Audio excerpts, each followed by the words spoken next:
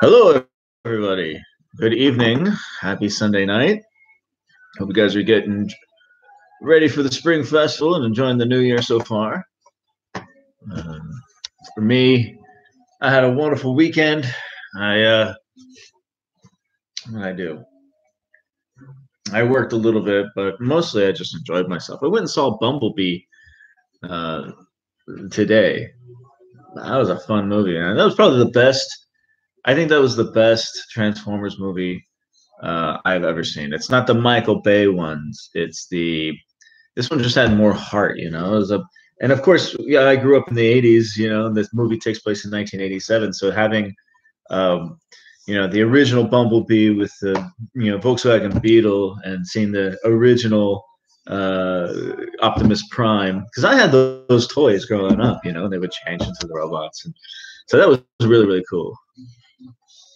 Yeah. There's a restaurant here in Zhongshan. It's called American Pie. I showed you some of my videos. Whenever I go in there, the dude who owns it, he's from Chicago.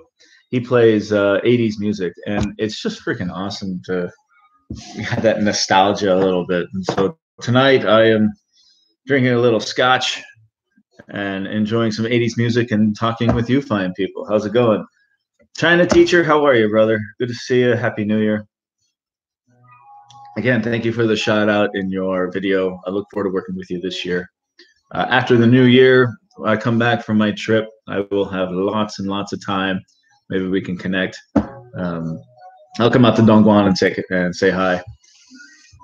These new laws and everything that's coming to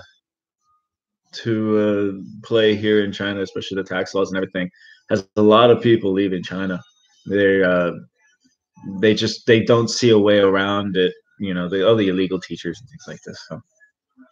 So the demand is increasing, but I get so many calls and so many messages saying, "Hey, Paul, can you come teach this? We need you for a couple hours." But I have to say, no, I can't do it. I'm a legal teacher. I have a work permit, but you can't have part-time jobs, which is a shame. There's got to be a way around this. I know with the Chinese economy slowing down that, they want more of the jobs going to the local Chinese people. That makes sense. But you really need to reevaluate this part-time gig thing. I mean, if you can, I hear at the college, I only have this term, I only have 14 teaching hours a week. That's it, just 14. So if I only have 14 teaching hours per week, and yes, I'm doing a lot of lesson planning and everything, but I have a lot of spare time to do other things, including teach at other places. And the government should really allow me to do that, and they don't. They should put some kind of provisions in play. They should say, okay, if your work permits with the college and the college says it's okay, then you should be able to go work for another school that can issue a secondary work permit or something. I mean, the demand is there. They need the teacher. I have the time. The money would be great. And, I'll pay taxes on the income that I earn, and people get good instruction. I don't understand why you are forbidden from doing this. It's something that we were out playing poker the other night, Saturday night, with all my English teaching friends, and we're trying to brainstorm, is this the right way? Is this the right thing to do? You have to weigh those pros and cons, I mean, even the local Chinese teachers, there's not many of them here in my town. There's always a demand for English teachers, and even finding the local Chinese teachers who are very good teachers is difficult in this city. And there's just a huge demand and not enough bodies to fill the classroom. And I think that this would do it. But right now, there really is no legal path to fulfill that need. I don't know. If it makes sense, it's not Chinese. Oh, come on, China. Here's the one thing. You got to give it up to China for this one thing. It's not a perfect system, and there's no place in the world that is perfect system. But if there's a need or they need to make a change, they make it like that. I mean, it's really fast. And so, and it's one of the frustrating things about being here, obviously, right? The rules change so often and so quickly, but at the same time, they can solve problems really fast. So there's pros and cons to every side of it. And as an American, it's tough for me to give any kind of my as an American, it's difficult for me to give any kind of criticism on any other government other than my own, because we can't even keep the lights on back home right now, right? What's your opinion on the bank account stuff? Um, it's just a different system. Back home, the hold on, what is this? I don't know what this is. Back home, of course, you would never allow a government entity to look at your bank account. It's private. But here, there is no privacy, and it's just a different system. So you just have to be 100% transparent. If you're 100% transparent and you can, check all the boxes and show that you're 100% legal, then you're just going to be fine. It's not bad. I mean, the tax rates here are very low. Even in the progressive tax system, the tax rates are very low. So if they want to look at my account, they can. I have no problem with that.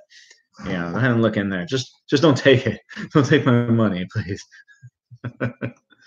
Some old Sil Valley story, but a company going to China to build a factory and the government wiped out a forest or something for them.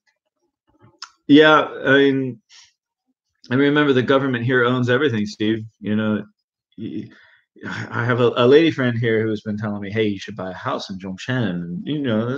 It would be a good investment. The prices are going up, especially with all the infrastructure.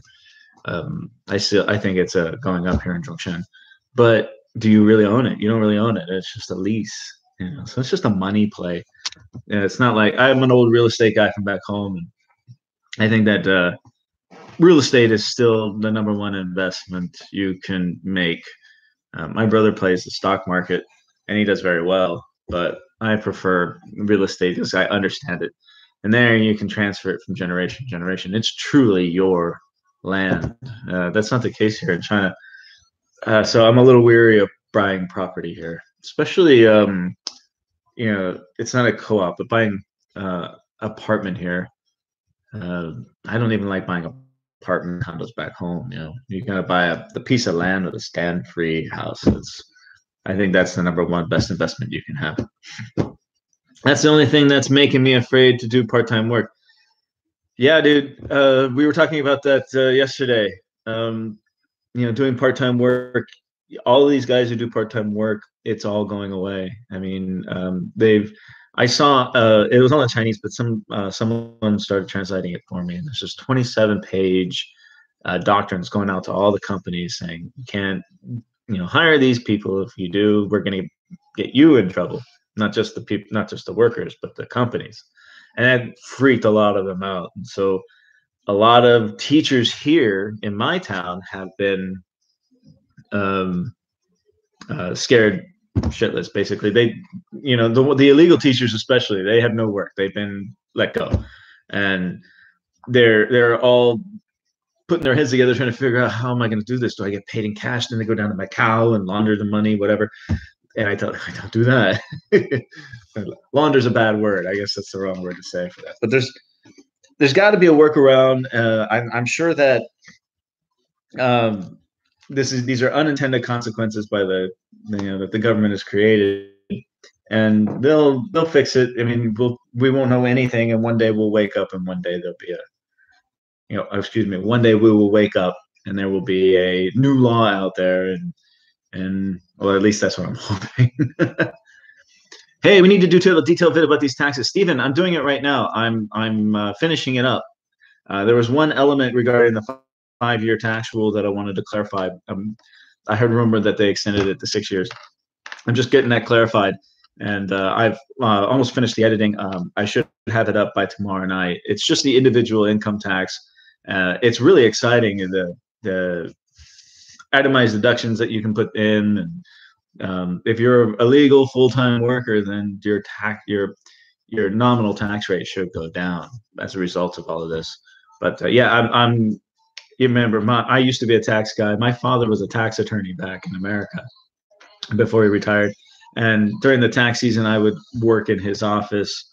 And also, I was a VETA rep, a volunteer income tax prep guy for the IRS when I was in the service. So I understand taxes pretty well, better than your average Joe, I guess. I'm not no expert, but I spent a weekend really studying the new tax laws here in China, and put together this video. And it should be out hopefully within the next day or so. I got to finish it up.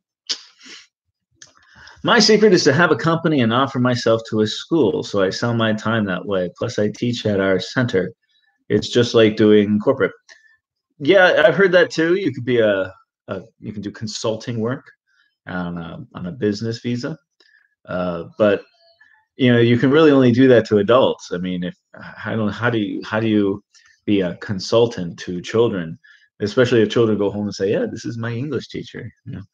I'm curious how we do that. HOA fees are much cheaper in China than in the U.S. Yes, that is true, but Corey Brunson, where are you from in the U.S., dude? I'm from California, and the homeowners associations in California really own that market like you wouldn't believe. They have so much power in the state. It's ridiculous. I mean, you look at Southern California, LA, and they have these giant tracts of homes, beautiful homes, and they have HOAs, and there's no water. And then the state says, okay, you can only water on this day, and this day. And if you are caught watering on a day you're not allowed to, then yeah, I'm talking about your lawns and your gardens. If you're caught watering on a day you're not allowed to, then you can get a huge fine. But then your lawn dies and the garden dies, and the HOA comes by and gives you a huge fine for having a brown lawn. So you say, okay, let me xeriscape it. Take out the lawn. I'll put some rocks down. They say, no, you can't do that. Your CCNR say you have to have a green lawn with X amount of square meters in it. And it's just an impossible tug of war. The HOAs have way too much power in California. The school does not give me my work visa. I get my own through my company. Oh, okay. China teacher, what's your name, dude? I don't want to keep calling you China teacher. I'll call you by your name. I'm curious how you do that, because there's a lot of people. You've got a lot of experience and a lot of know-how. Love to pick your brain, because a lot of people are coming to me with these questions and I don't have answers for them. My friend has been a football coach in cities for 4 years from Europe. He started at a high school in Hohhot and was teaching for a pro FC team in Chengdu. He just got let go over this mandates for less foreigners. I know that they have quotas. I knew that they were gonna, Steve. I knew that they were gonna have quotas for teacher, or not for teachers, but for foreigners when they came out with the tiered system. Foreign A, foreign B, foreign C, and you get those cards. And I knew that was gonna happen, because they're only going to allow so many A's, so many B's, and so many C's. And that makes sense, because they want to protect their local labor market, make sure that the local Chinese actually can get jobs, especially with the economic slowdown here. So I understand that. But demand for foreign English teachers is so high. And as you said in a recent video, you said that it is a huge part of the everyday fabric of a Chinese citizen, not just the children, but the adults who are learning. That that surprises me. Oh, I guess he was a sports coach, not an English teacher. Okay, that makes sense. I made one last year, but I should revise it. It's actually a work visa. Yeah, and so you're playing a gray area there, China. You're doing Fernando. Nice to meet you, brother. Yeah, call me Paul, dude. So you're playing the gray area there. Instead of calling yourself a teacher, you are a consultant of your own school. Okay, I guess that would work. That makes sense. I need to know more about that as far as setting up. I have a friend of mine here in Zhongshan who is a great teacher, a wonderful teacher, American, and he's trying to set up his own school with a partner, and he's struggling with the government. I mean, the government's working with him, and he's doing everything right. It's just taking a long time. He's paying all the fees and everything, but as far as how to structure it properly, so that he can get all the licenses he needs and keep his partner satisfied, get the students and the marketing, and still get paid legally. I mean, it's really complicated. Corey, you're from Nashville. I like Nashville, dude.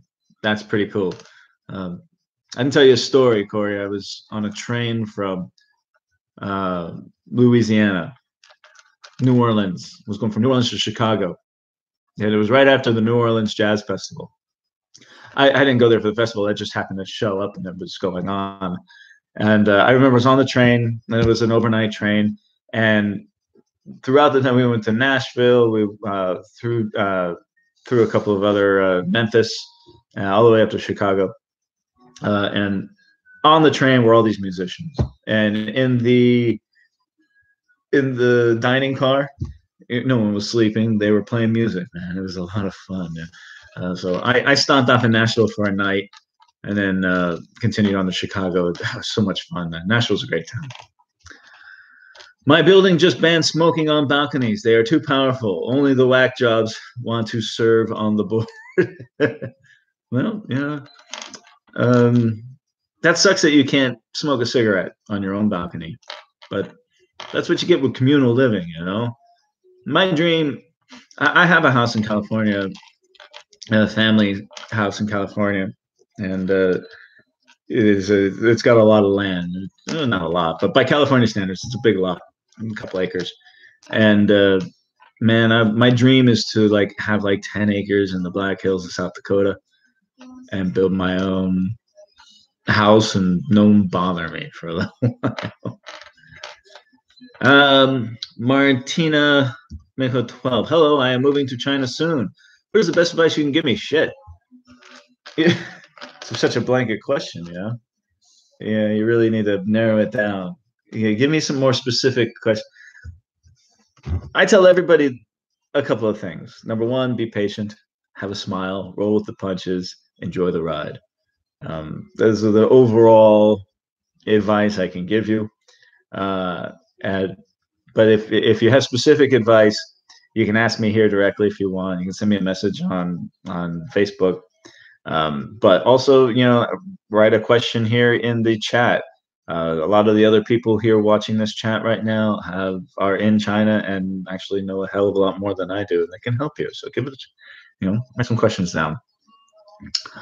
I set up my center in 2005. Okay, you've been here a while, brother. 2005. It makes my 3 years look so pity. I used to work at an IRS call center for 4 years. Majority of tax preparers charge too much for basic returns with just a standard deduction and no credits. Yeah. You're talking about like the shopping mall preparers, the Liberty Tax and the H&R Block and things like that. Yeah, I mean, it's really complicated if you're not doing standard deductions and if you're doing itemized income tax and if you're doing partnerships and corporations. That's what my father used to do, and that was what we specialized in. So my father's business. It gets a hell of a lot more complicated, especially in states like California and New York. Okay, I am actually a teacher with a teacher work permit issued by my company. When I work for a school, my company signs the contract and delivers me.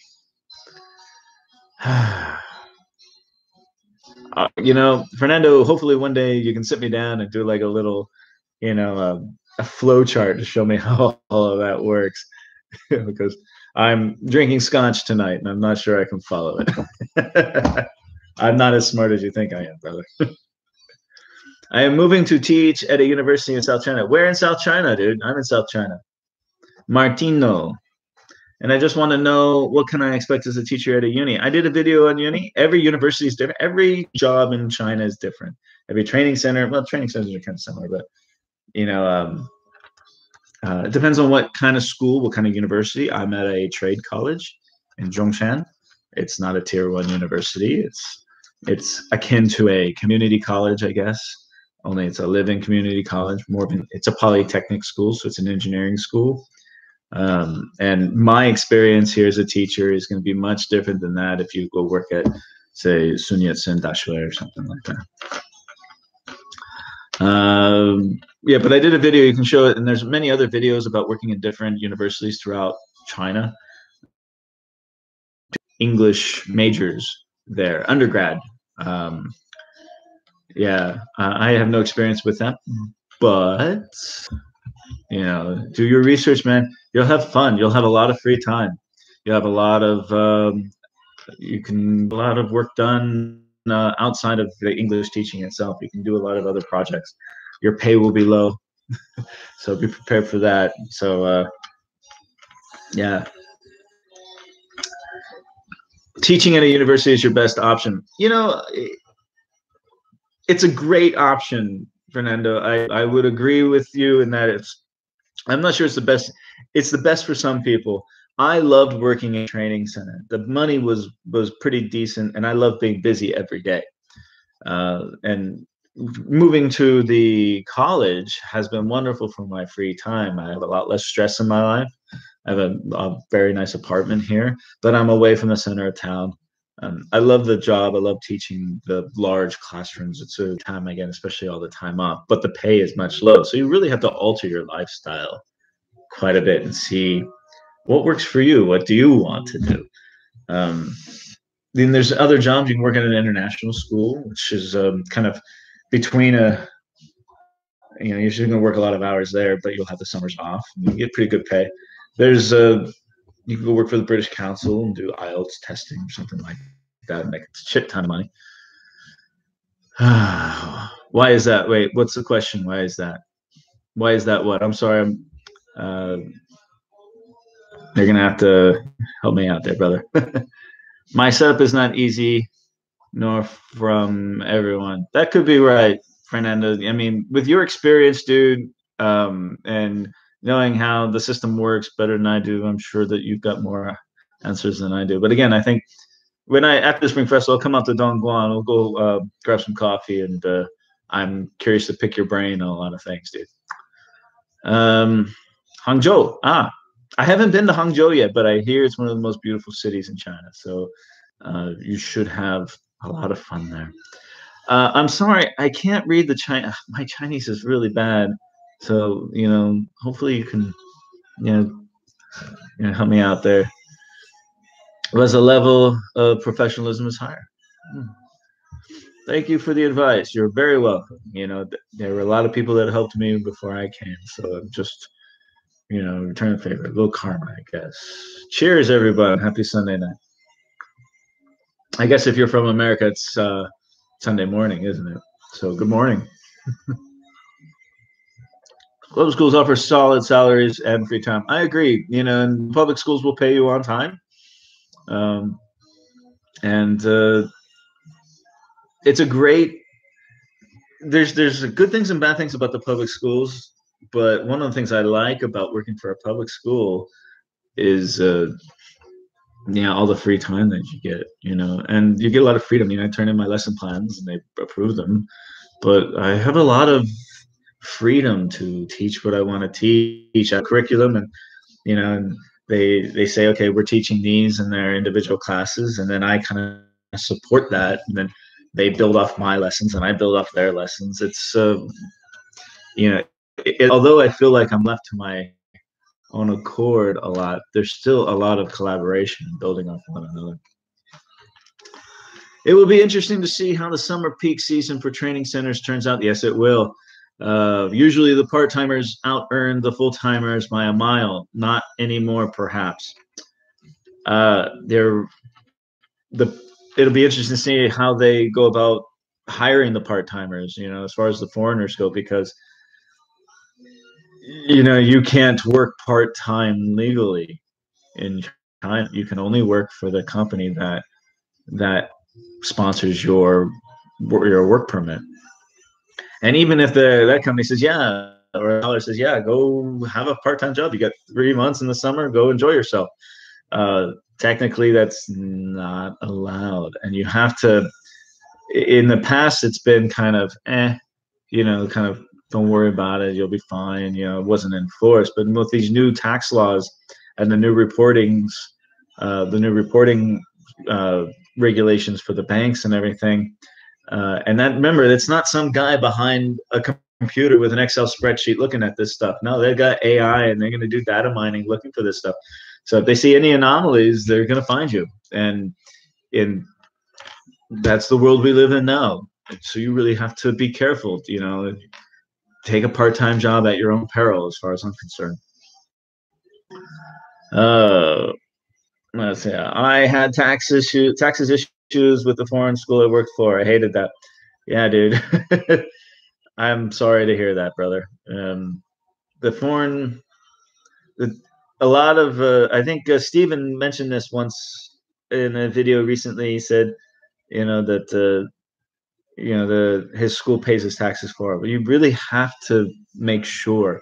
You can't just take their word for it. If your contract says that you get a net salary, okay, and that's the net salary that you get, well, and then they'll say we'll pay the taxes on it. Go down to the local tax office and get a printout and make sure that you are paying taxes, because it's now part of transferring a work permit or even renewing a work permit. You have to show that you have paid the taxes on all the income that you've earned.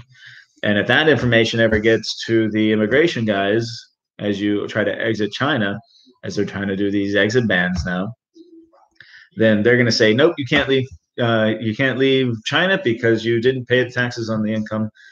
All the money that you have in your bank account, where's the tax record for that?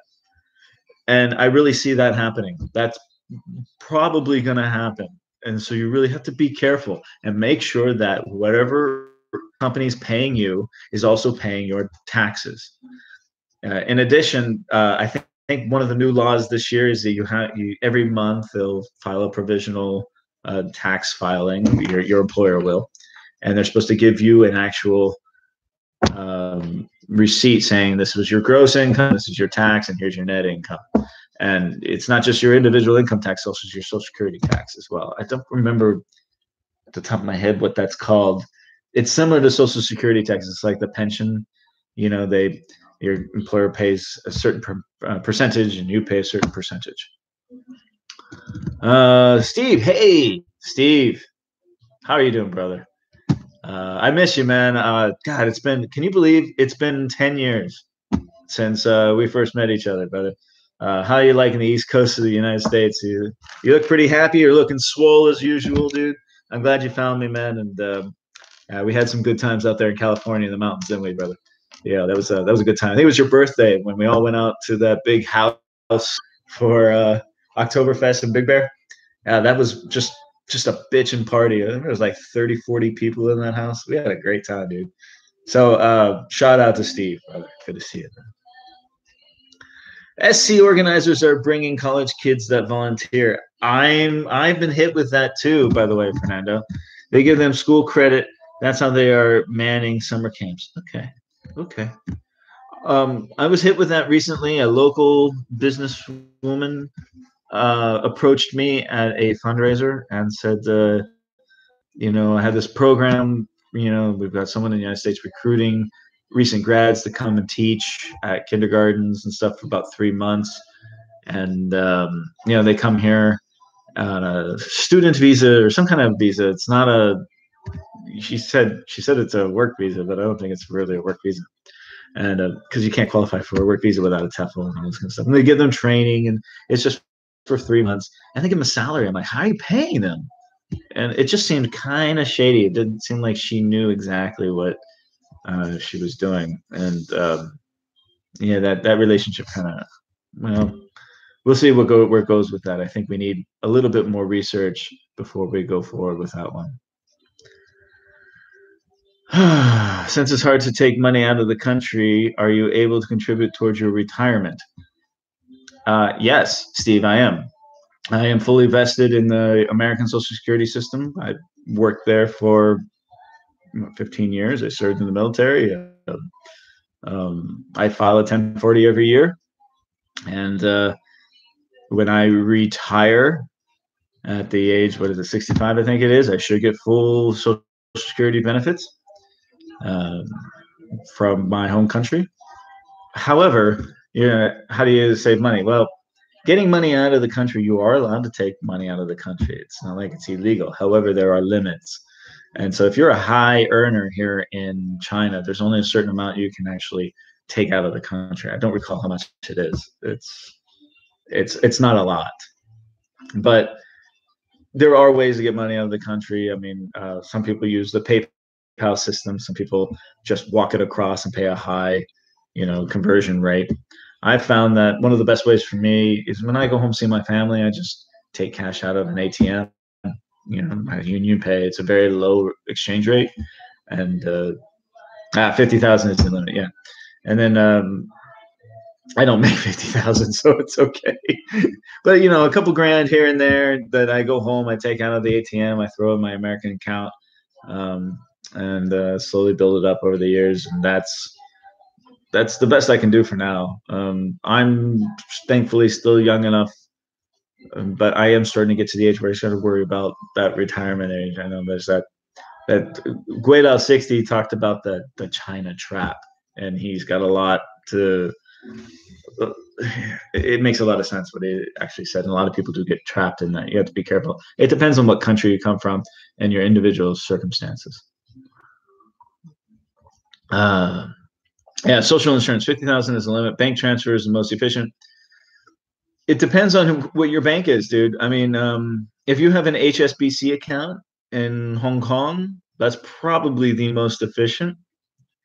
However, you're still going to pay transfer fees and currency exchange fees.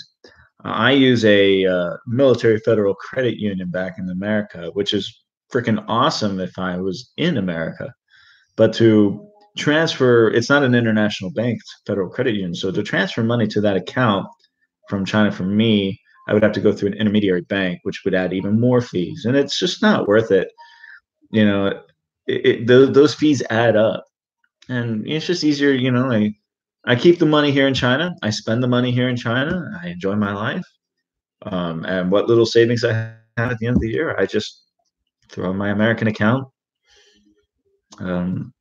I would like to look at some investment opportunities here. I don't know anything about the laws and the legalities of investing in China, but you see a lot of opportunity here. Coming from America, you see industries that have matured in America. After the country has, the same with Europe, you see industries that have matured in those countries that are just still in their infancy here in China. And as the Chinese middle class continues to expand and get larger and more wealthy, you start to see those industries that have already matured there starting to build up here. And you're like, dude, I need to get on the ground floor on this one. How do I do that? Even if I just put like $5,000 into it, that would be awesome. I talked about the RV market, recreational vehicles, the big like motorhomes, not just for rent, but to purchase. I mean, even they got all these beautiful roads going all over this beautiful country. And they've even started building RV parks, places in the north and the northwest. And I really think that as this middle class that's making money begins to retire in the next 20 years, that will be a huge, just like it is in North America, I think that'll be a huge way to go. Also pets, it's tough to have a pet in China, but you see more and more people have pet dogs and pet cats, and there's not enough infrastructure to support pet owners here. You see cat cafes. You see a limited number of veterinarians, but that is still not enough to meet the demand. But there are no dog parks. There are no pet hotels, pet groomers, things like this. You see how big PetSmart is and all these other companies in America, and you think, wow, if those companies are that big with a market that size in America, imagine how big the market's going to be when the middle class here outgrows the entire population of North America. So those are just a couple of examples of industries that if I had money, I would throw money into and invest if I knew how to do it and if I knew how to do it safely. Okay, let's talk about let's see. Term deposits. I don't know what that is. Term deposit. I sent one of my Chinese credit cards to my family, and they got to an ATM. That's another great way to do it. Actually, that's very good with the daily withdrawal, 20,000 RMB. But there is a yearly cap at 120,000. I didn't know there was a yearly cap. But for small businesses, yes, that's one way. Send an ATM card to a family member, and they can withdraw money and or transfer money into your American account, like your father, your brother, or something. A lot of people do it just like that. Time deposits offer almost 4%. Are you talking about CDs, certified deposits? Ask your bank about this. Term deposits, certificate. Yeah, CDs.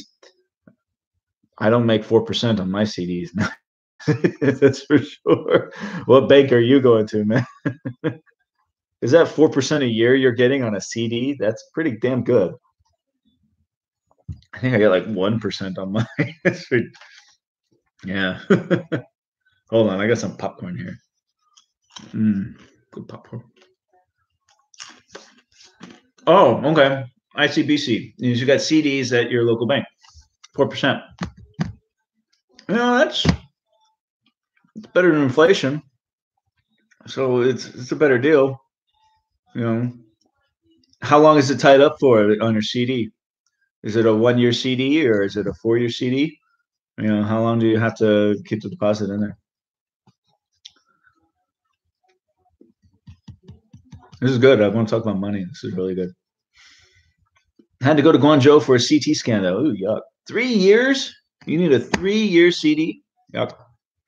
So your cash can be tied up for 3 years and you're only going to make 3.85%. I mean, if you have a lot of cash and you're going to diversify your investments, that makes a lot of sense. But you know, if you're a young guy and you can afford to take risks, I don't know if I want to tie up cash for 3 years at under 4%. Especially if you can identify markets that are going to give you a higher yield. Why did you have to go to CT scan? Is that where they scan your brain? Or is that where they scan your body? I don't know. Dongguan doesn't have a place for you to do CT scans? I would imagine they would, dude.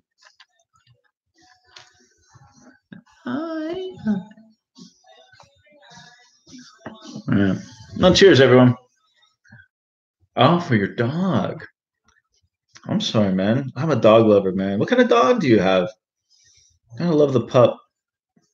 I played poker last night with a buddy of mine who has a beautiful, I want to say it's a golden retriever. I don't really know. Not for a vet CT scans. Yeah, I can't imagine there being a vet CT. But Dongguan's a big city. It's 8 million people, right? I would imagine you would have, and there's no vet that has a CT scan for a pet. You got to go to Guangzhou. I have 2 labs, purebred. Good for you, dude. They're beautiful dogs, man. I'd love to get a dog, but with my lifestyle, I'm not married. I don't have kids. I like to travel. I like my freedom. To have a dog would be, not that good. Can you do a CT scan for a dog on a regular CT scanner for humans? Or does it have to be like a specially designed CT scan? I'm curious about that. Cheers, everybody. I got, 12 people watching me. Where are you all from, man? It's not just Fernando and Mr. Hi Ren. I say that right, dude? Hi Ren. I'm sorry if I mispronounced that, brother. It's good talking. That's good scotch. You're wondering, okay, what kind of scotch am I? She turned 9 and we kept another female from her last litter. Oh, so you have an older one and a younger one. That's great, man. I'd love a dog, dude. Charles. Okay, thank you. I want to call you Charles now. Atlanta. Oh, we talked already, I think. Oh yeah. I got a buddy of mine here from a teacher just arrived in Zhongshan from Atlanta. He was a cop in Atlanta, and now he's teaching English here, and he's loving it. He seems to be doing pretty well. Hold on, let me get this here. All right. Oh, they're black labs. All right. I'm drinking the Glenfiddich tonight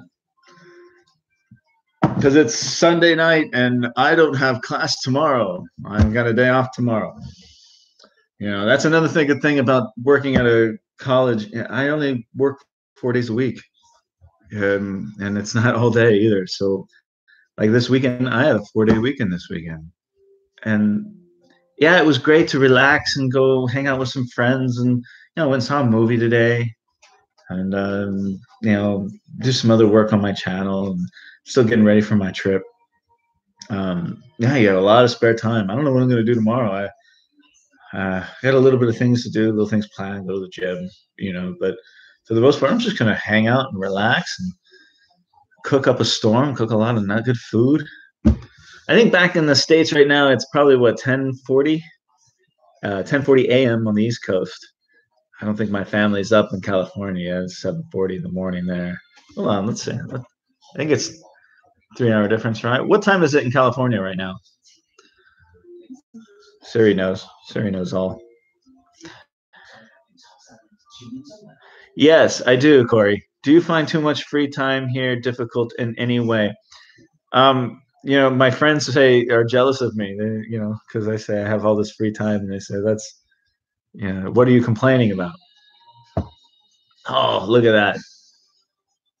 Take My Breath Away, Top Gun. That was the first movie I ever saw in the movie theater when I was a kid. But I'm not in the mood for that right now. So let's take this one away. Actually, hold on a second. Take My Breath Away. a little too cheesy for a Sunday night YouTube chat, I think. Yeah, let's try something else. Oh, that's not even 80s, man. What's that doing on here? Titanic theme song. Elton John, Sacrifice. All right. I dig it. Yeah, it's one of his love songs, but I love Elton John. That's cool. Okay, I'm sorry. Go back to this. Do you find too much free time here difficult in any way? Yes. Only that's me though.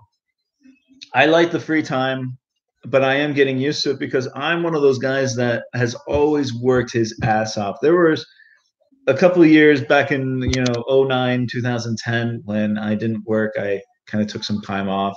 The economy was shit and real estate was down, and I was a little depressed by all of that. So I just took some time off and quit smoking and did yoga and got in shape and went hiking and traveled a lot. But other than that one little period, I have always had a full-time job and then part-time jobs off than that. So being not busy, not having anything tying me down, not having any kind of responsibility other than my current class schedule has been difficult for me to adjust to. And I've said, okay, I'm going to learn Chinese. I'm going to learn the guitar. I have this guitar over here that I haven't actually learned how to play. I've been putting a lot of work into this channel. I've been traveling, of course, but I miss having responsibility. I do. And again, I would love to go out and get a part-time job and teach, business students and things like this. But the government needs to allow me to do that. Working at a training center, usually have your whole day off. Start work at 5 p.m. Yeah, sometimes it depends. Every training center is different, Fernando. Metzen, we usually start at 1:30 and get off at 9:30. So it's an 8-hour day. You teach 5 classes a day and you have a 2-hour lunch.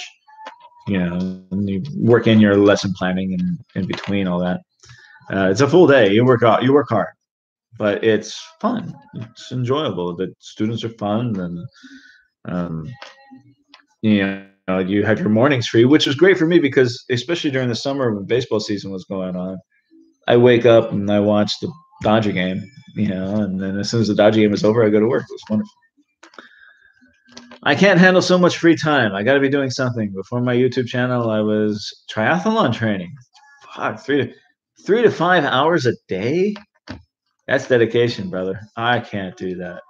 I mean, I like staying in shape. I like staying fit, but any more than 2 hours a day, and even every day is tough. I do 2-3 hours every other day, and that's kind of how I do it. But I just need to find other hobbies. I improve my cooking skills, my music skills. A buddy of mine turned me on to Coursera. I think it's called. Coursera is this online free course thing. You can get, they have different universities, Duke and Peking University. I thought about signing up for one of those HSK, Chinese courses through Coursera. But I also want to do film editing. I mean, I'm still kind of an infant when it comes to film editing, and I find it interesting and fun. And so I should up my game with that. So when I come back from Spring Festival, I'm I'm gonna have a full term of a lot of free time just sitting here in my apartment. So I hope to do more things like that, increase my skill base. Um, it was a dare. Yeah.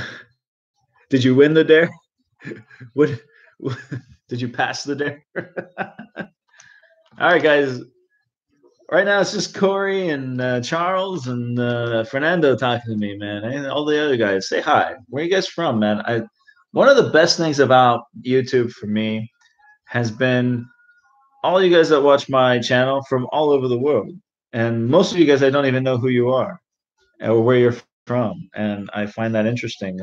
My my if you look at the analytics, they say they're mostly from America, but I got people from India, I got people from Malaysia. Yeah, say hi, guys. I'd love to talk to you guys. I ran 3 full Ironmans. Fuck, I can't even imagine running one. That's impressive, man. I ran a half marathon in Long Beach, California once. I was signed up to run the half marathon here in Zhongshan, but I had that e-bike accident, got hurt, so I couldn't do it. Oh, well. Ah, damn it. Too many ads.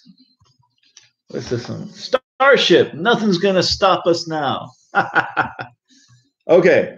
Bonus points for anyone out there. If you're a child of the 80s, this song, what famous 80s, quintessential 80s movie is this song from? It was a horrible movie.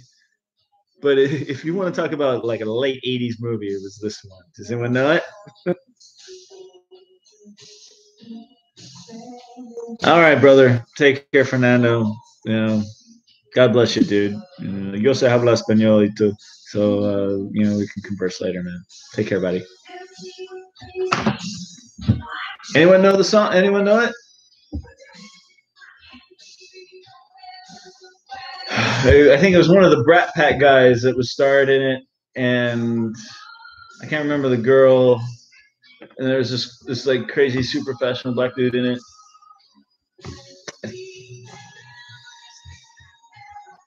Yeah, no one knows it. It was called Mannequin. It was just about a guy who worked in a department store in New York, and his job was to design the showrooms for all the new clothes and everything. And one of the mannequins came alive, and they thought, it was so stupid. Typical American, typical 80s movie. And speaking of 80s movie, excuse me. Speaking of 80s movies, I just saw Bumblebee today. Killer flick. It just came out this weekend in China. But my favorite, the movie was great. It was the best Transformers movie ever, and feels had some good heart to it. And the action scenes were better than the Mike. I love Michael Bay movies, to be honest with you. I really dig them. I think they're awesome. There's a visual feast, but this one, the action scenes were not so complex and so outrageous. I can actually understand what was going on. But the best thing about the movie was that the movie took place in 1987. So all the pop culture references, the soundtrack, all that kind of got me on this 80s music, kick for tonight. And it's not just the music, but they had I think they're playing Breakfast Club was a big thing about it. Yeah, I loved it. Okay, guys.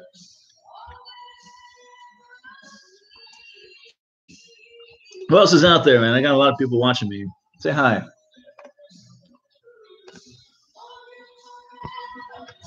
Emma? Let me switch accounts to see all. See, it doesn't show you who is online.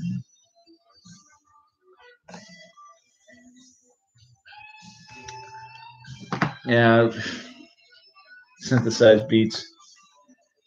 That's not rock and roll. The music video is all clips from the movies. Remember when they used to do that? They had these songs from movies, and they would just play clips from the movies. Was as a whole music video on MTV? Yeah, they don't do that no more. Starship. Let's see what else we got. The Outfield, Your Love. I don't know that one. Who's talking to me? Kansas, Dust in the Wind. Killer. I'll take that one. I can't hear them. Let's watch it next time. I'm exhausted. Sorry, honey. Go to sleep. Have a wonderful night. Hold on, guys. I gotta send a message to a lovely young lady. Sleep well.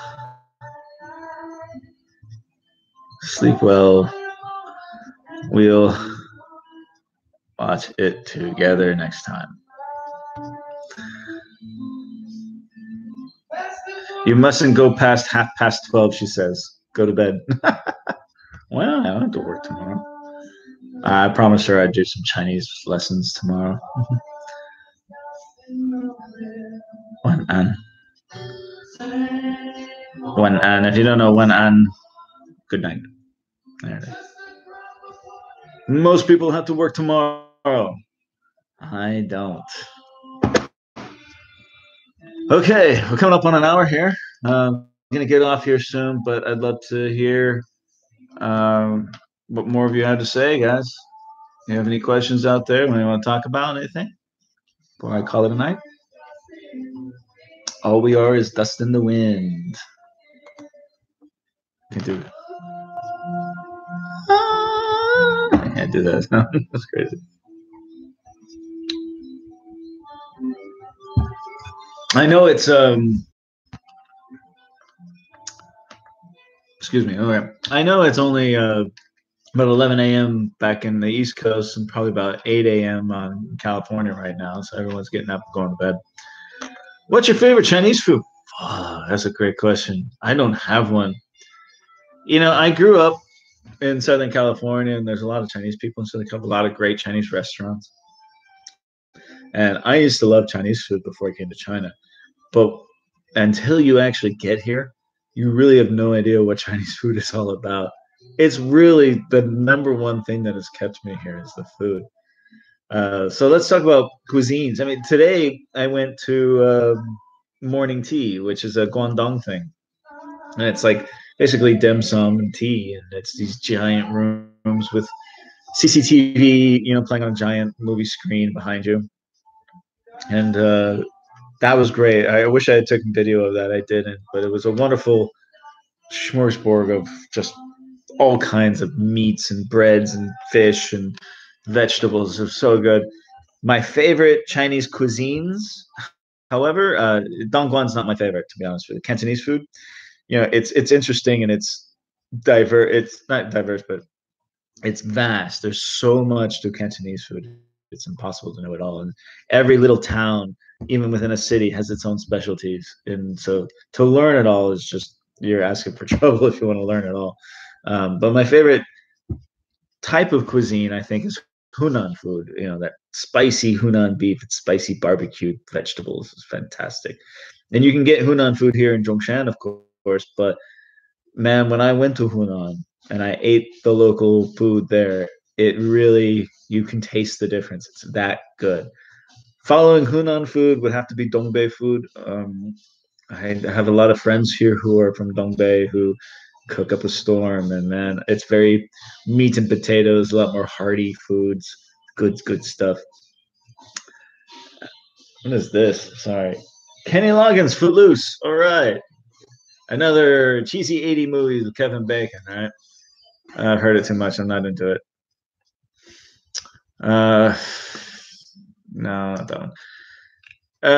But I'm still learning Cantonese food.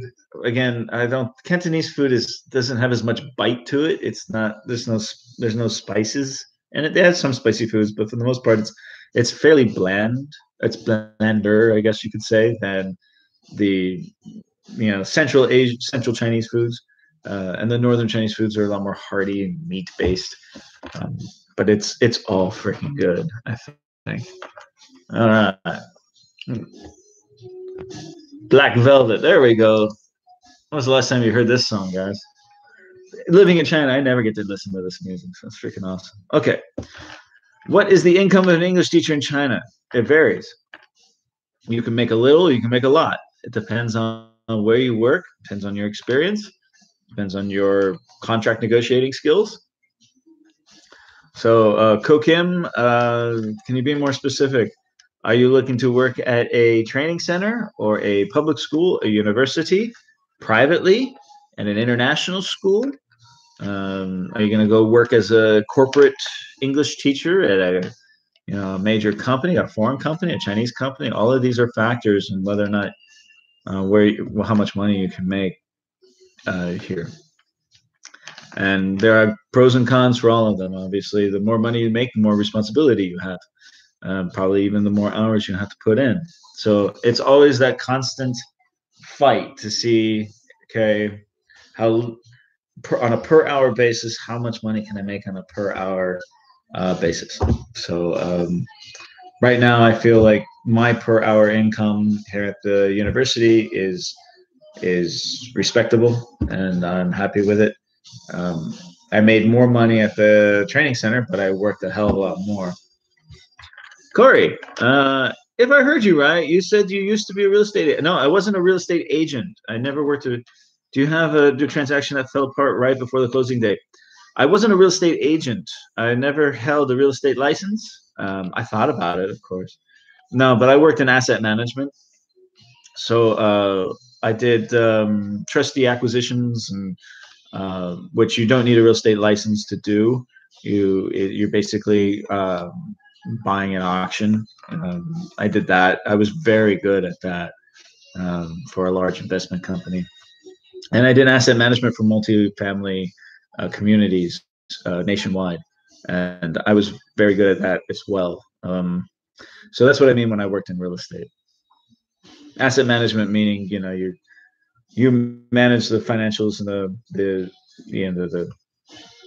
income and the expenses and shit like that of large real estate communities. And I did not just for profit, but I also did tax credit properties, low income tax credit properties as well, which is a different monster, man. If you're doing tax credit properties, there's the laws. It's really a broken system, to be honest with you, because the laws really restrict you from. First of all, you can't make enough income to invest back into the properties themselves. So the properties just deteriorate even more and more and more, and they become slums. So it's a real broken system. It's designed to help low income folks, but then the low income folks in the community suffer because the communities suffer. And then then the IRS comes in and says, well, it's not livable. And you say, well, I don't have money to make it livable because there's no money in it. That's a real bad system. Check out. You guys remember AIG? AIG merged with AIG Sun America. They're the largest tax credit property owners in the country, and most of the large multifamily communities out there that are in very poor condition are owned by that company. And it's not a bad company. It's just the business that they are in, and they're struggling just like everybody else is. If I heard you right, yeah. So that's that with that. Okay. Just pour another scotch. All right. It's a good thing my lady friend doesn't have a VPN. She can't watch me. Well, what time is it? It's only 11 o'clock here, so I got lots of time. All right, guys. Who else is watching me here? Say hi. I'd love to talk to you all. All right, Black Velvet is done. What's next? Ah, hell yeah. Who doesn't love Phil Collins? It's quintessential 80s right here, guys. 80s and 90s.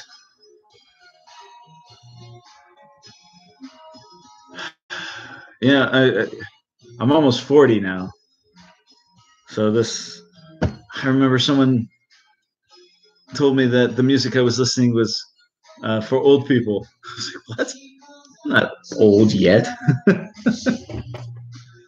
All right, what else you guys want to talk about, man? Say hi. I'm coming up on an hour now. Anything else? Any other questions you have? I'll call it a night. I'm trying to stay up late enough for those of you in California to say hi, to wake up and say hi on a Sunday morning. I know it's tough, but you can at least say hi before you go to church, guys. Anyone else see Bumblebee, by the way? I saw Bumblebee recently, or today. It was really awesome. I really enjoyed it. Somebody asked me, is Bumblebee better than Aquaman? Um, as a movie, I have to say yes, but as a time at the movies, I would say no. I had more fun watching Aquaman, although I thought Bumblebee was a better structured movie. It's like comparing apples and oranges. You love both of them, but they're two very different things, you know. So, go see them both. They're awesome. Almost came to Zhongshan because of your videos. Decided to go somewhere else instead. Aaron, where did you go?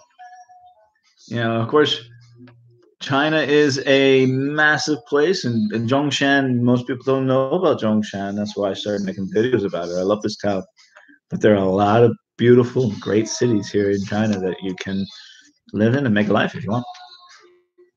Fuzhou, okay, Fuzhou on the coast, north of Xi'an, right? Or, excuse me, north of Xiamen. Excuse me. I went through there on the train. I didn't stop. So good job, man. I think you did the right choice. Fuzhou is supposed to be a great place to jump off and see the rest of China. You can go north to Shanghai and go south to Guangzhou and Xiamen, or you can go across the bay to Taipei. I hear great things about that town, man. Well done, man. That's a good choice.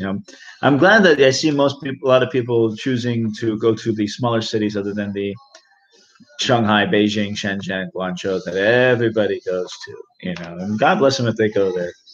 But it'd be like saying I'm going to go to America and go to New York, LA, or Chicago, but instead you go to, I don't know, Nashville or something. One of these smaller towns that have their own character and their own uniqueness. It just makes it's like saying, oh, where'd you go on vacation last year? I went to Thailand. Well, everyone goes to Thailand. There's nothing special about there. There's nothing interesting there. You're just doing what everyone else does. So if you go to an interesting place like Fuzhou, then I think you would have more interesting stories to more in a more enriched life. You can always go visit those big cities, but you have something unique that you can offer. Are you a minimalist? I try to be a minimalist. I really appreciate minimalism. Excuse me. I really appreciate minimalism culture. A few years ago, I really embraced minimalism. I threw everything I owned out the door, and I lived in a studio apartment that didn't even have a chair. I ate on my floor at a carpet picnic every night. And when I came to China, it was very easy. I just had 2 suitcases and showed up, and here I was.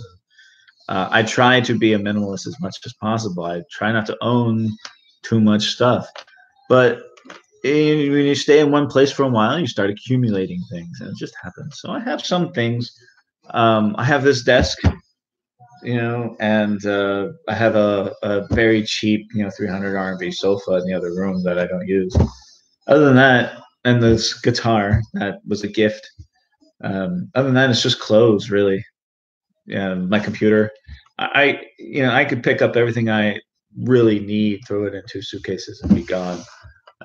There's a freedom in that, I think. Also, it's less clutter. I think it's less stressful. So I really think minimalism is a great thing. So good question. Downsizing my belongings. Do it. You don't need it.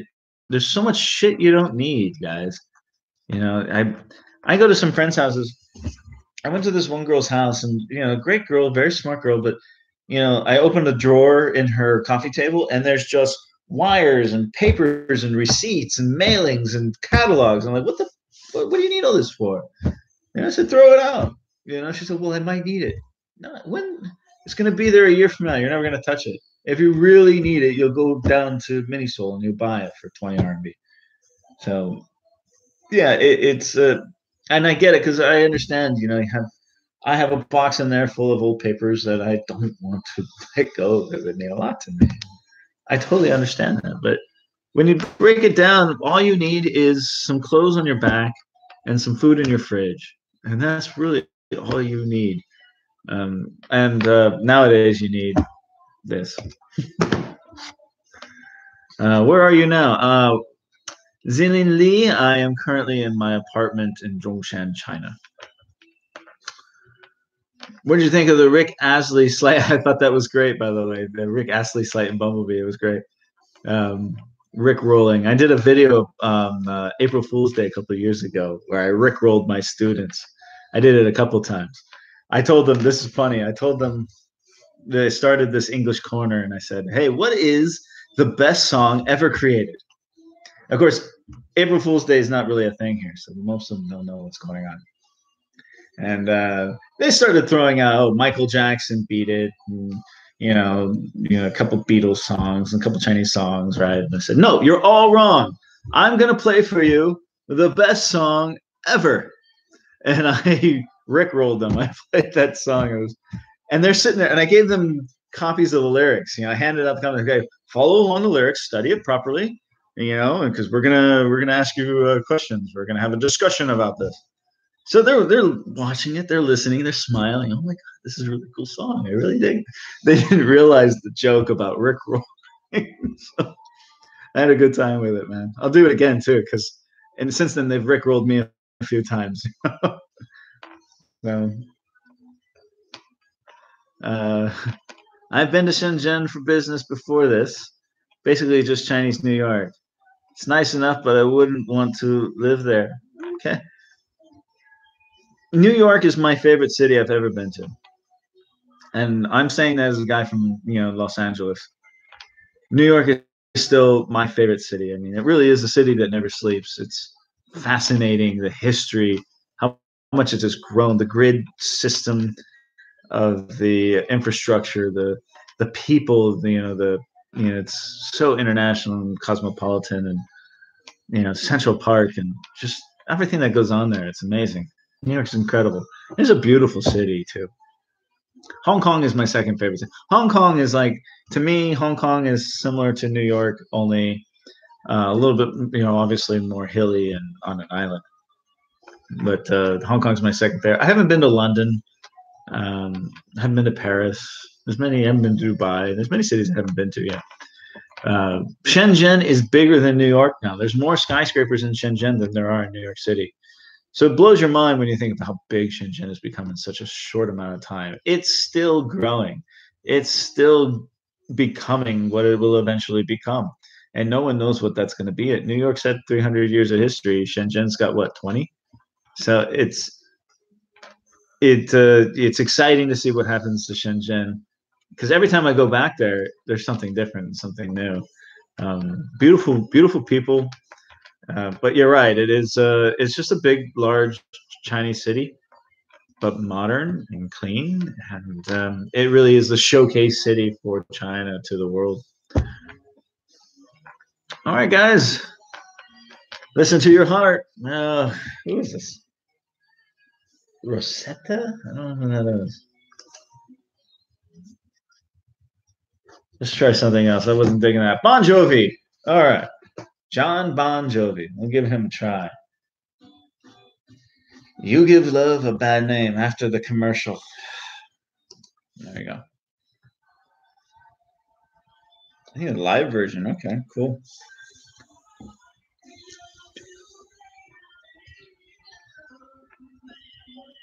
This used to be a great song at karaoke, man.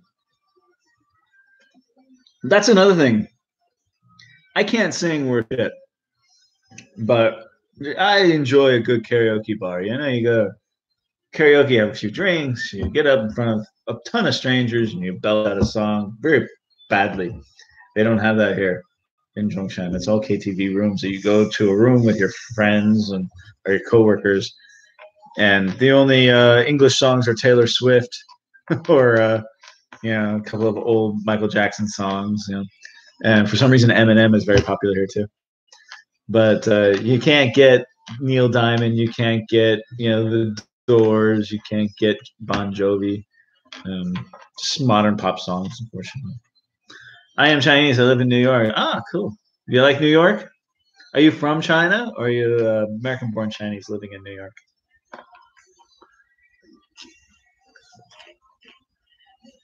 All right, 15 people.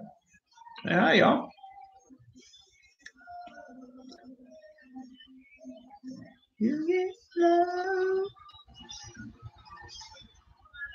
This is back when Bon Jovi had that crazy hair. God, it's so 80s glam rock. I love it.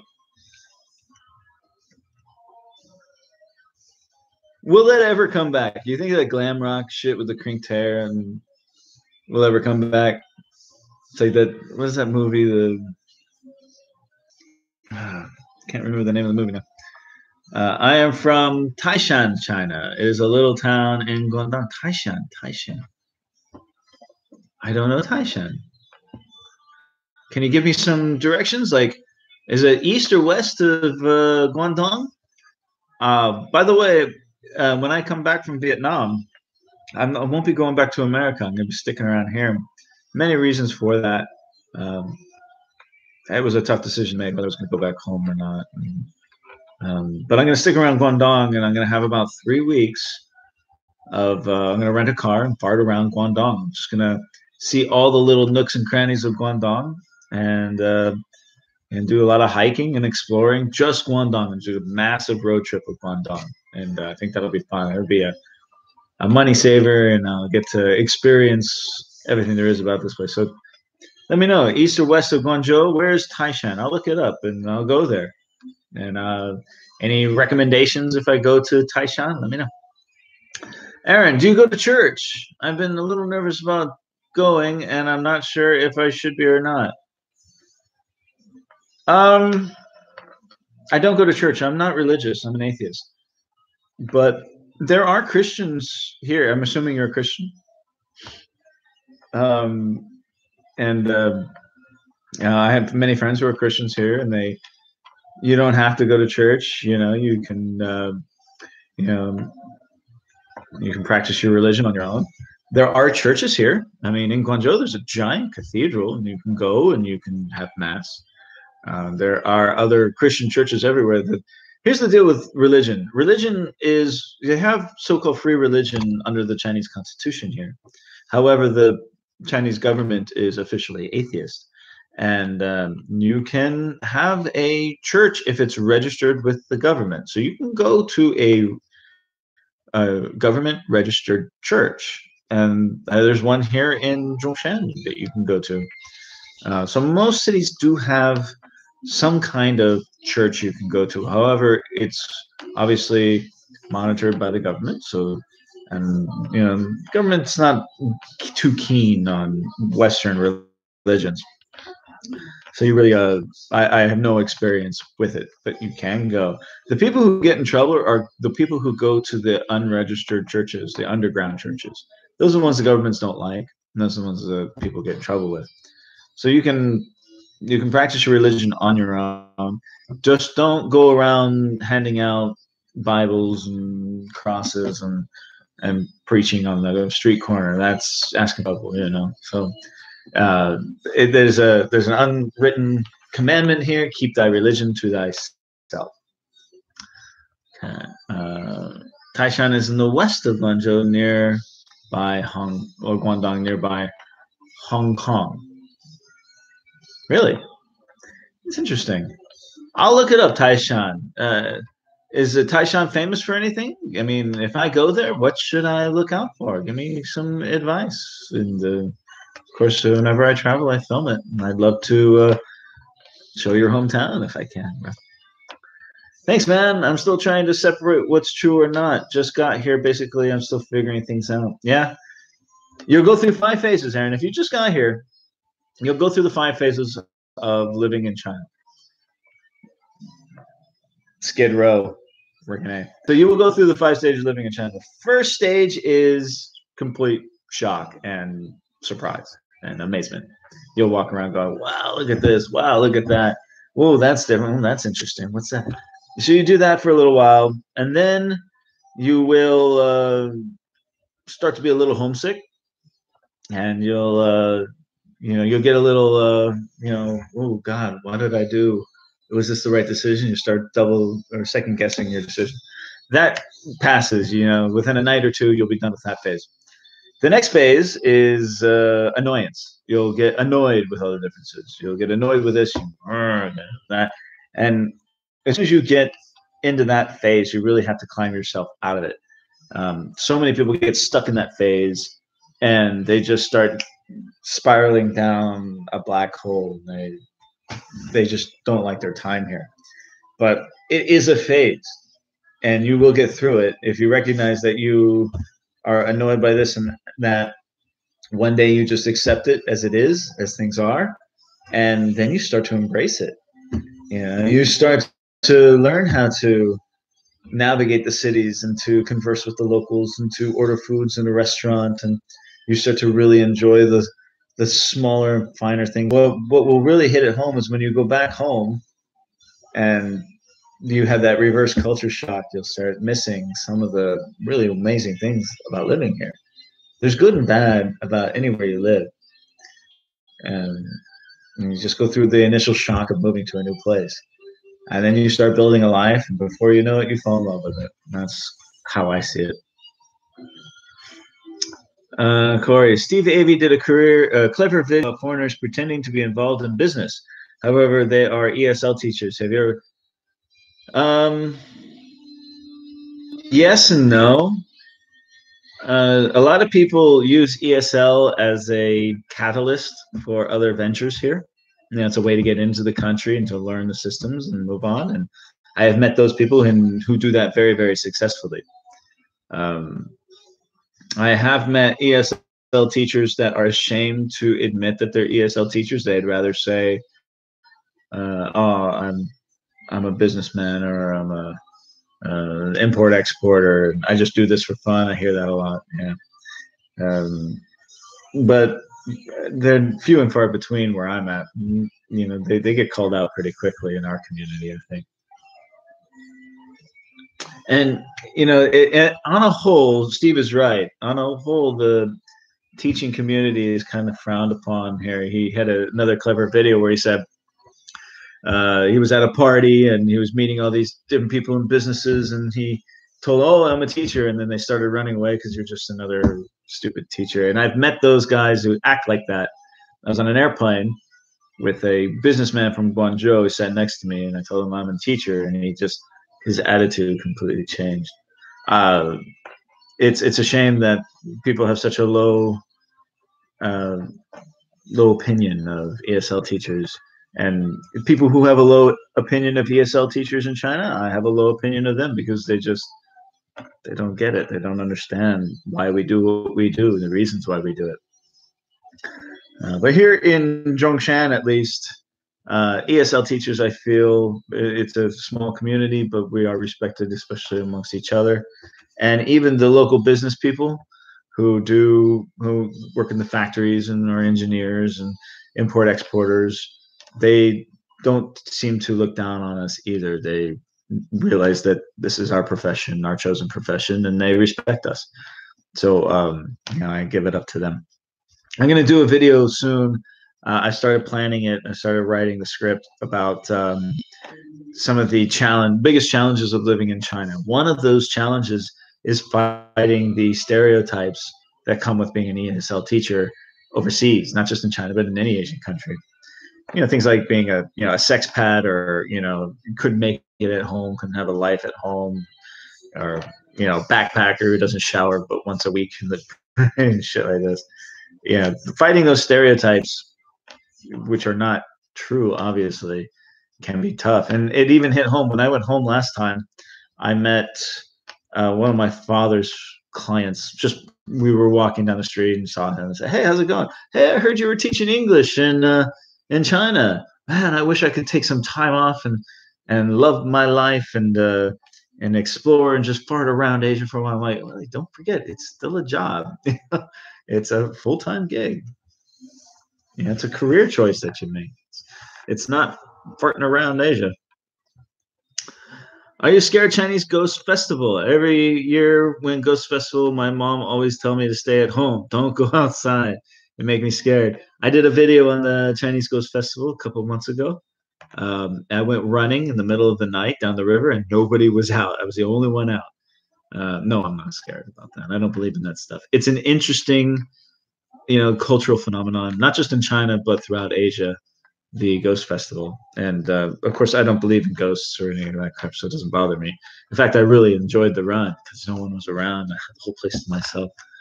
But it is interesting the history of that festival and why people do that. I really enjoyed learning about it. Teaching is an honorable profession with some dishonorable people, unfortunately. Aaron, there is truth to that, definitely. And in America, teaching is, unless you're like a high level university professor, if you're an elementary school teacher, I feel like, or even a high school teacher, I feel like you get kind of a pat on the back, but it's kind of a half-ass pat on the back. Whereas in Asia, the locals here really respect the profession. And I mean, they have Teachers' Day here. I don't even think they have Teachers' Day in America. Taishan is where most of the early immigrants to North America came from. Oh, okay. Well, there's a lot of that here in Guangdong, by the way. I mean, Zhongshan is, big on that, as well. Most Chinese restaurants, grocery shops, and laundries were owned by these Taishanese since the time of the gold rush. Ah, okay. I think all of Guangdong, the Cantonese people especially, throughout Guangdong, are famous. That's why, like, most of the restaurants in San Francisco and in San Gabriel Valley, or most of the people there speak Cantonese, and they have the traditional Chinese, not the simplified Chinese, on the restaurants. But yeah, I mean the South China folk have been coming to North America. Hell, you built the railroads there. I mean, it's very famous. Chinese are experts in building railroads. Unfortunately, we all know what happened. So they've been coming to America for a long time. All right, guys. Anyone else want to say something? We're coming up on an hour and a half. I got a little bit of scotch left. I enjoy this. I enjoy chatting with y'all. So, any other questions you want to hang out to me? I'm kind of getting over the 80s music, I think.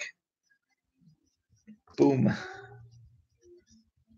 What's next on this playlist? Another 80s song. Okay, all right, well, you know what? I need to learn about Taishan. And you've sold me on it. I will Google it and I will find out, and I will go there and I will check it out. I didn't even know. I thought most of the people in California that came from China were all from Hong Kong. That shows my ignorance on the subject. And when I came to mainland and I went to Jiangmen, I realized, they came from all over Canton. So I gotta go check it out. So I'll check out check it out. Excuse me. I will check out Taishan and learn more about it, and I will go there. I promise. I am from Xiaolan.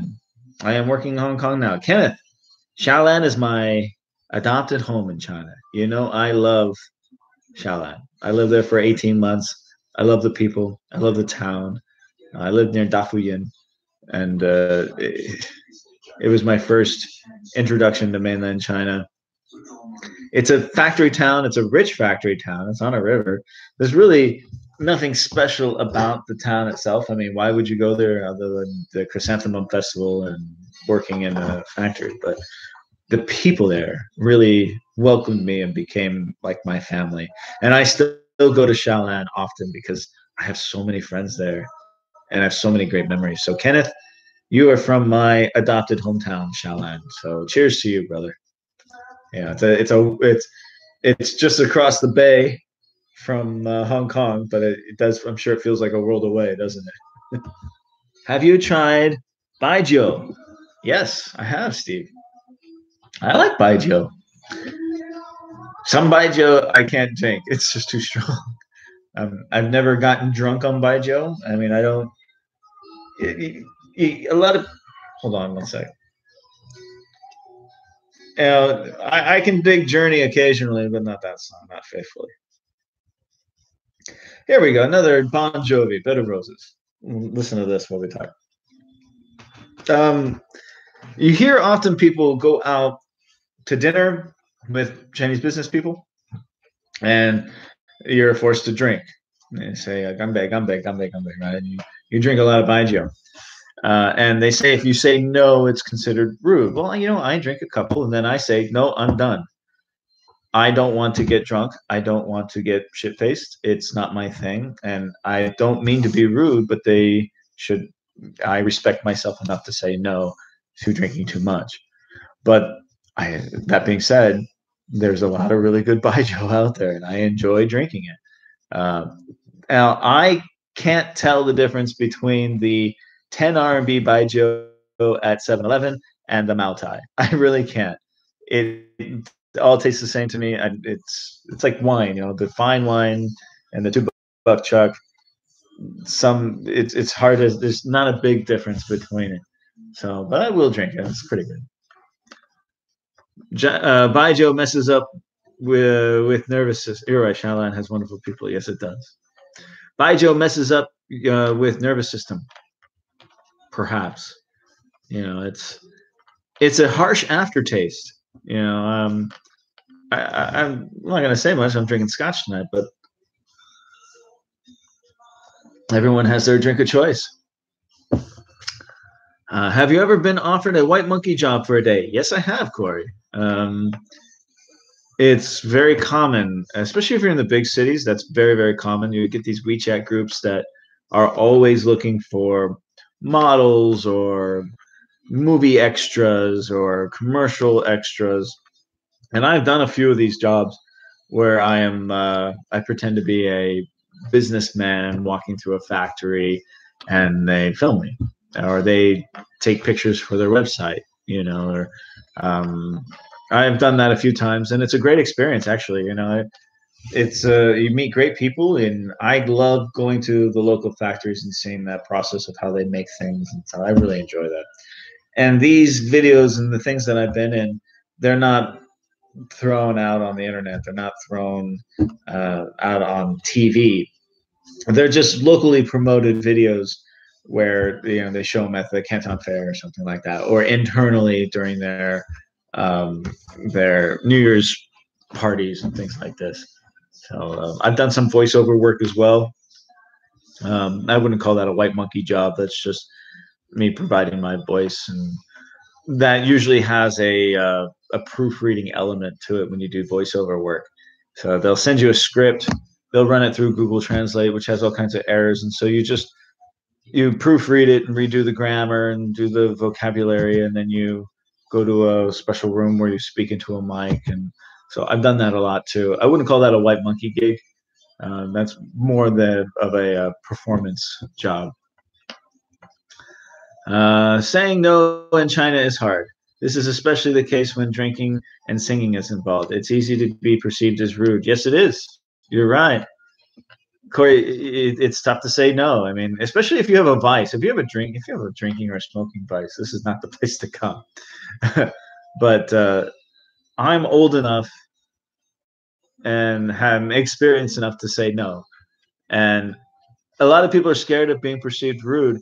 And I got to tell you, when I say no to people, I don't feel as though they see me as being rude. They first of all, I'm not Chinese, so I just tell them, look, it's not part of my culture. I'm not here to become part of the Chinese culture. I'm here to learn it and maintain my own culture. So my culture, we say no, and it's not being rude. We do politely, no, thank you. I'm driving, something like that, right?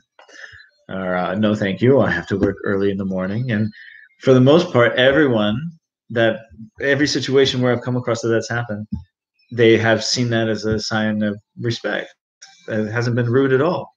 There's a lot of peer pressure, I guess. Drink this, drink that, do this. Are you a man? Smoke this cigarette. Are you a man or not? Right? You say, no, I don't smoke. And I say, oh, good for you. So I find that when you say no and you stick to your guns, they seem to respect that more than you giving in to the peer pressure. What's your drink tonight? Can we see your bottle? Yes, you can. I am drinking the Glenfiddich. So it's Glenfiddich and water. I diluted it with a little bit of ice and water, so it's not straight. Sometimes I drink it straight, but not tonight. I don't want to get too drunk. But this is the last of my little bottle. I have a little bit left, so I thought I'd finish it up with you guys tonight. So, so from what I understand, there is a lot of overprescription of antibiotics, but I'm super allergic to penicillin or any of its derivatives. I need to learn the names so I don't die. If you are dependent on that kind of stuff, if you have specific medical uh, requirements, definitely do your research and learn the Chinese equivalents or the Chinese translations of that. I can't stress that enough. Um, I have no knowledge of overprescribing antibiotics. Um, I I'm not susceptible to those types of things. I don't have major allergies. I'm not allergic to penicillin or anything, and thank God I am been healthy enough to where I don't need any of that stuff. So, um, God bless you, man. I hope you do well, and you got to be careful in any country you go to about prescriptions and using the local stuff. So I wish you the best, man. Let me know if you have any problems with that. I'm curious. The most dangerous thing for a new English name. First video I watched from you. Oh, okay. That guy, he's a friend of mine. The guy I talked about in that video about being lonely. And it happened to me too, by the way. I got here, I was lonely for a little while, but I eventually got over it. I've been in other countries for a while, but he really had a tough time when he first came here. And he started getting in with that bad crowd of doing going to the bar and drinking all night, and he didn't do that. He didn't drink all night. He was actually a very good teacher and had a heart of gold, that guy. He recently left China for various reasons as a result of a certain crowd that he got, caught up in. And I think he's happier out of China, to be honest. China's not for everybody. And I don't think it was for him. He enjoyed his time here. He made the most of it. And he eventually went on to Vietnam. And from what I heard from him, he is much happier in Vietnam. Vietnam's like the Wild West of ESL. And I think that's more akin to what he needs. And I miss him, man. He's a good friend of mine. I hope when I go to Vietnam to catch up with him a little bit. But yeah, the most dangerous thing for a new English teacher, or for that matter, anywhere you. What is this, by the way? Hold on. Richard Marx. Is that even 80s? I don't know, early 90s. The most dangerous thing for anybody going to a new country is your attitude. You really have to just enjoy the ride, put a smile on your face, and have fun with it. Because if you look at things and you have a bad attitude or a negative, or this guy's trying to screw me, and you're not going to enjoy yourself. You're going to just shit on everything. Do you meet many Russians? I meet Russians. Not many. I mean, I know a lot of videos out there make it seem like the Russians are everywhere. Here in Zhongshan, there are Russians, and they're friendly people. They're great people. I love Russians. They're wonderful. You see them more in Guangdong and the bigger cities. I hear they're everywhere in Hainan and Sanya.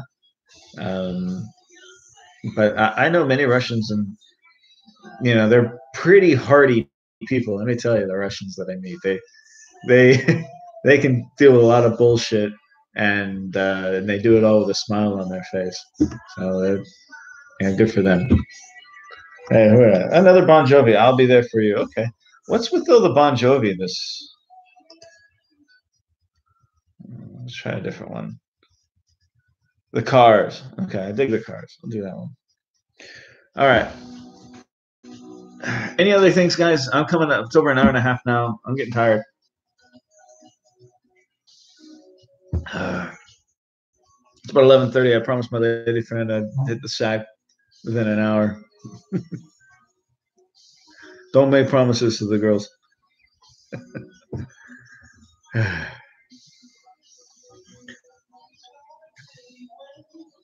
Oh, sorry. I totally messed up the lyrics. Okay, this is interesting because This is that famous song from the Transformers movie, right? The original one was Shia LaBeouf, Megan Fox, and Michael Bay one, where Bumblebee was a beat up junkyard Camaro. I just saw Bumblebee today, so now I'm watching this one. Killer. This after Bumblebee, I think Bumblebee's number one as far as the Transformers movies, but the original one.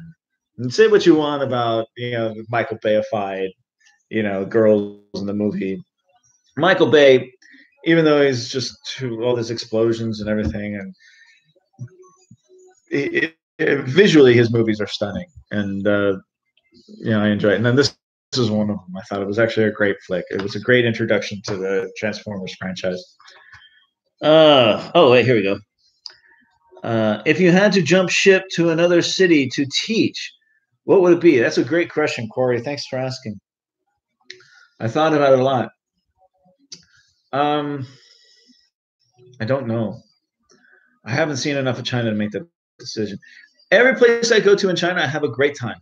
Shenzhen, all throughout Guangdong, Shenzhen, Guangzhou, Zhuhai, they're all wonderful. Even the surrounding areas, you go to Guilin, you go to, I went to Hunan, which was great, Zhongshan. I went to Chongqing, which was freaking amazing, really. Shanghai and Xiamen. And every place in China I go to is so wonderful. But at the end of the day, I can't wait to come back to Zhongshan. I have friends here, and I know the city, and it's a green city. It's got everything I need and everything I want, and I love it here. I go to another city. If I had to choose now, one other city to go to, it would either be Shenzhen, simply because it's like so energetic, a lot of beautiful women there too. Let me tell you, or maybe even Zhuhai. Zhuhai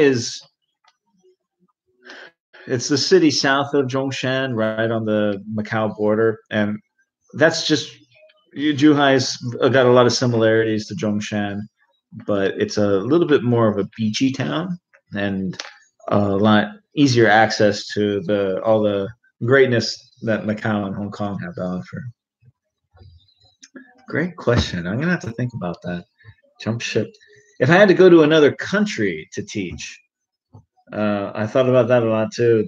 My second choice was Vietnam, and I'm going to go there in about 10 days. I'll be in Vietnam checking it out. I hear it's the Wild West, and I probably won't like it if there's Ho Chi Minh goes, but I'm very excited to see Hanoi. I hear Hanoi is not got the craziness of Ho Chi Minh, but it's got a lot more history, and that might be that's the one I'm most excited to learn about and see is Ho Chi Minh, or excuse me, Hanoi. But there's so many other countries I need to explore. I really enjoyed Malaysia. Singapore was great. I've never been to Thailand, but here in Asia, by the way, Japan is on my list. South Korea is on my list to go to. But here in Asia, I think there might be a lot of opportunity in Myanmar, Burma. So we'll go keep my ear to the ground about that as well. How's my car hunting going? I know what kind of car I want to buy. It's a Geely SUV X3, and it's a couple years old with about 30,000 kilometers on. You can buy it for about 40,000 RMB, or roughly about $5,000. And that's the one I want with the manual transmission. It's a little crossover about the size of it's pretty small. But that's the one I'm going to buy. I have the money, but I haven't pulled the trigger yet. Mostly because at this time, I really don't need it. It's more of a want, and it's a lot of money to spend when you work at a university. I have my e-bike, and I got it fixed, by the way, and I can ride my e-bike to the market, but I rarely use it. So if I have a car, I'm going to rarely use that. So I've been second guessing the car. Instead, just going to go rent a car after Spring Festival for a couple of weeks. The money's sitting in the bank. I'm ready to go. I'm ready to pull the trigger, but I just haven't done it yet, really. Do you get much trouble when coming back from Hong Kong visits? None at all. I get no trouble at all. The people are very friendly. They're very welcoming. All the customs people. My first time coming through that border here in Zhongshan at the ferry terminal, and I had my untouched Z visa. That was when they really looked me up and down, left and right. But ever since then, every time I come across the border, they are incredibly friendly with a smile, and I can't give them enough praise. Honestly, they treat me very well. Um, I don't do day trips. They know when you're doing a day trip. They can see your entry and exit time. So when I'm going to Hong Kong, I'm there for a couple of days, or I'm going to America for like a week or something, or I'm going on vacation. So they know that I live here. I was just on vacation. But if you're doing the visa runs, if you're just in and out for a couple of hours, that's when they're going to look at you and go, "Oh, so you're just in, you're out. What were you doing in Hong Kong? Why were you there on this type of visa? Let's take a look at your bank records, shall we?" So that's when you really have to be careful about that. They aren't stupid. They can see through. They can read all the signs. They do it for a living. That's their job.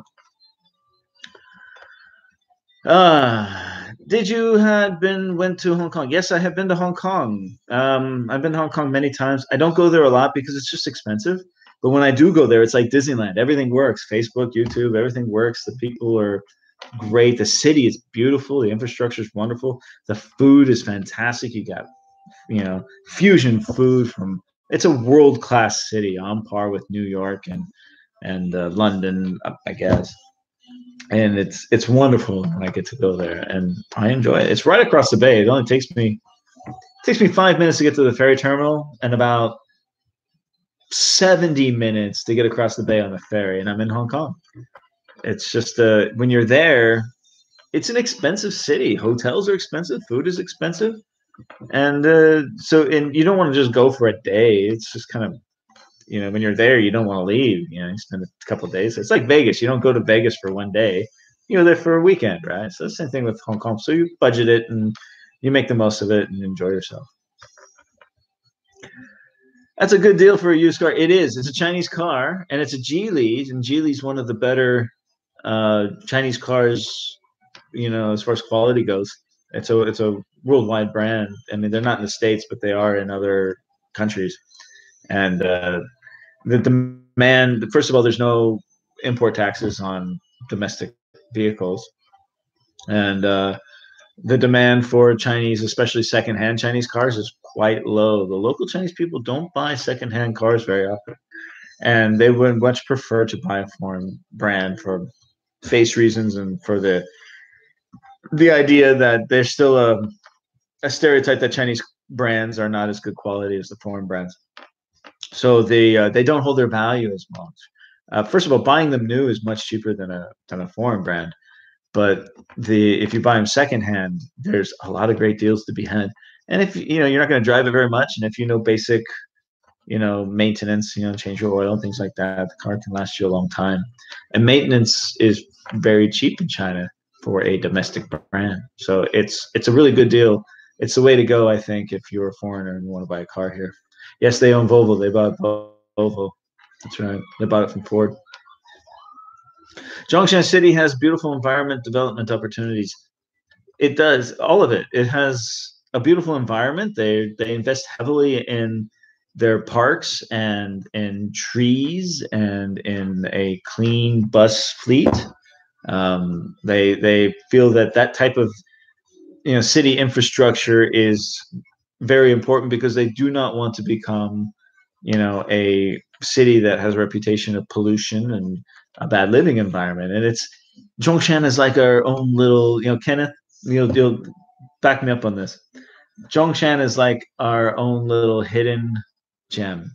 Most people back home don't know about Zhongshan and kind of want to keep it that way. All right, man. Thanks for the chat. Have fun in Vietnam. Thanks, Aaron. I'll have a lot of fun. Nice hearing you talk, man. Keep doing this, will you? I will. I plan on doing a live stream about once or twice a month. I really enjoy talking with you. I love the interaction and asking questions. My videos if you watch my videos, they're heavily content and what, exactly the point that I want to say. So doing this allows me to not only get to know you guys better, but else, for you to see me in an unedited form. And I wish my family got on tonight this morning, but I guess they're still asleep. Okay, anything else, gentlemen? Ladies and gentlemen? Okay, I'm coming up on midnight here, and I think I want to call it a night. Okay. Great talk, great questions. This was a lot of fun while I finished my scotch. I think I'm going to get off now, and hope you all have a wonderful start to your new year. And I hope to do this maybe one more time before I leave for Vietnam. Yeah, almost 2 hours, an hour and 45 minutes. Maybe I'll do this when I come back from Vietnam. Okay, so everyone have a wonderful night. Take care. Good seeing you all. Good night. Thanks for supporting my channel, by the way. Take care.